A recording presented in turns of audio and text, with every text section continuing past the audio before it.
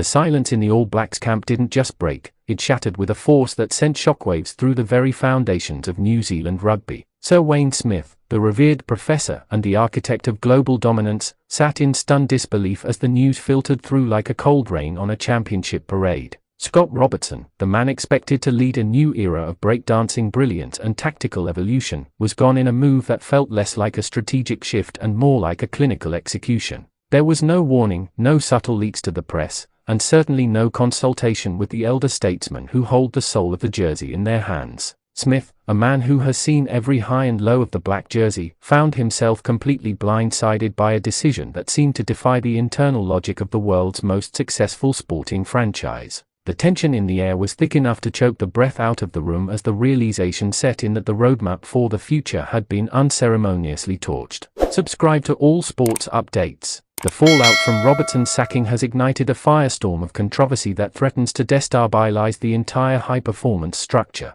Wayne Smith's public admission of being blindsided is a rare crack in the usually impenetrable wall of New Zealand rugby's internal politics. It suggests a massive disconnect between the boardrooms where suits make executive calls and the grass-stained fields where the actual legacy is built. Smith's confusion isn't just about losing a colleague, it's about the loss of a vision that Robertson represented, a blend of modern flair and traditional grit. When a figure as influential as Smith claims he was left in the dark, it implies a level of secrecy and perhaps even desperation within the administration that fans find deeply unsettling. The rugby world is now staring at a void where a plan used to be, wondering if the internal mechanics of the All Blacks are currently grinding against each other. Every interview and every whispered rumor now carries the weight of a team that might be losing its grip on the cultural identity that made them invincible. The timeline of this dismissal reads like a thriller where the protagonist is removed just as the climax begins to unfold. Robertson had been building a specific culture, one that Smith had quietly endorsed from his position of immense respect. To have that momentum halted so abruptly suggests there were hidden agendas or irreconcilable differences that the public has yet to fully grasp. Smith's shock acts as a barometer for the severity of the situation. If the smartest mind in the game didn't see the axe falling, then the blade was swung with terrifying precision and speed.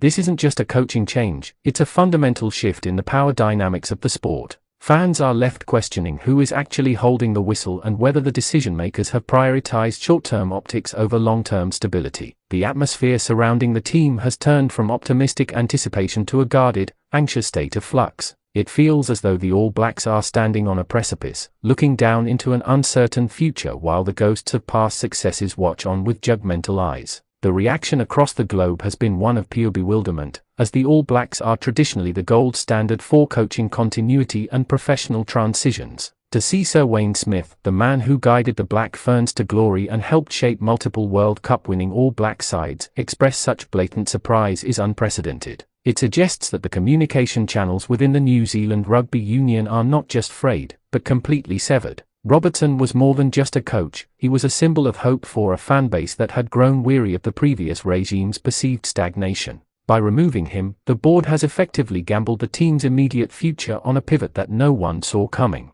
The pressure now shifts entirely onto the leadership to explain why such a drastic measure was necessary. Smith's blindsided comment will likely haunt the headlines for months, serving as a reminder of the day the internal sanctum was breached. The sheer audacity of the move has left rivals smelling blood in the water, sensing a vulnerability that hasn't existed in the New Zealand camp for decades. Subscribe to all sports updates. Behind the scenes, the whispers are growing louder about what actually transpired in the final hours before the announcement was made official. While Smith remains a pillar of professionalism, his honesty serves as a rallying cry for those who feel the soul of the game is being managed away by corporate interests. The disconnect between the coaching staff and the executive level has reached a boiling point that can no longer be ignored or smoothed over with generic press releases. Smith's perspective is vital because he understands the delicate ecosystem required to win at the highest level, and his lack of awareness regarding the sacking points to a breakdown in the very now culture the All Blacks preach. If the most trusted advisor in the country is out of the loop, then the circle of trust has become dangerously small. This lack of transparency breeds distrust among the players, many of whom had bought into the Robertson philosophy with total commitment.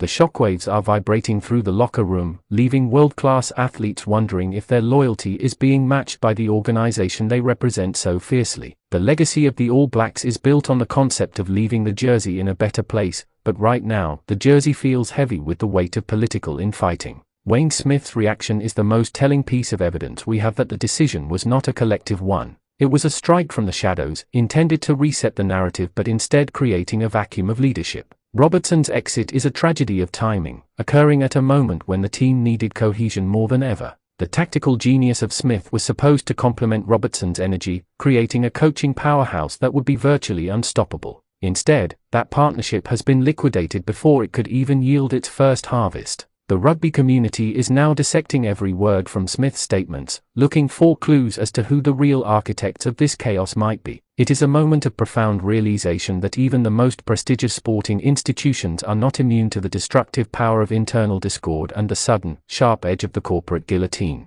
As the dust begins to settle, the focus turns to the immediate repercussions on the field and how the players will respond to this administrative earthquake. The All Blacks have always prided themselves on their ability to block out external noise, but when the noise is coming from within the house, it is impossible to ignore. Sir Wayne Smith's displacement from the loop signifies a changing of the guard that feels less like an evolution and more like a hostile takeover. The supporters are demanding answers, and the silence from the top is only fueling the fire of speculation. Robertson's departure is not just a footnote in history, it is a turning point that could define the next decade of rugby in the Southern Hemisphere. The sheer surprise expressed by a veteran like Smith serves as a warning that the old ways of doing things, with respect, consultation, and transparency, might be fading into the past. The jersey remains, but the heart beating beneath it is currently struggling to find its rhythm amidst the chaos of a house divided against itself in the public eye. In the coming weeks, the true cost of this decision will become apparent as the All Blacks prepare for their next major test under a cloud of uncertainty. Wayne Smith's role moving forward is now a subject of intense debate,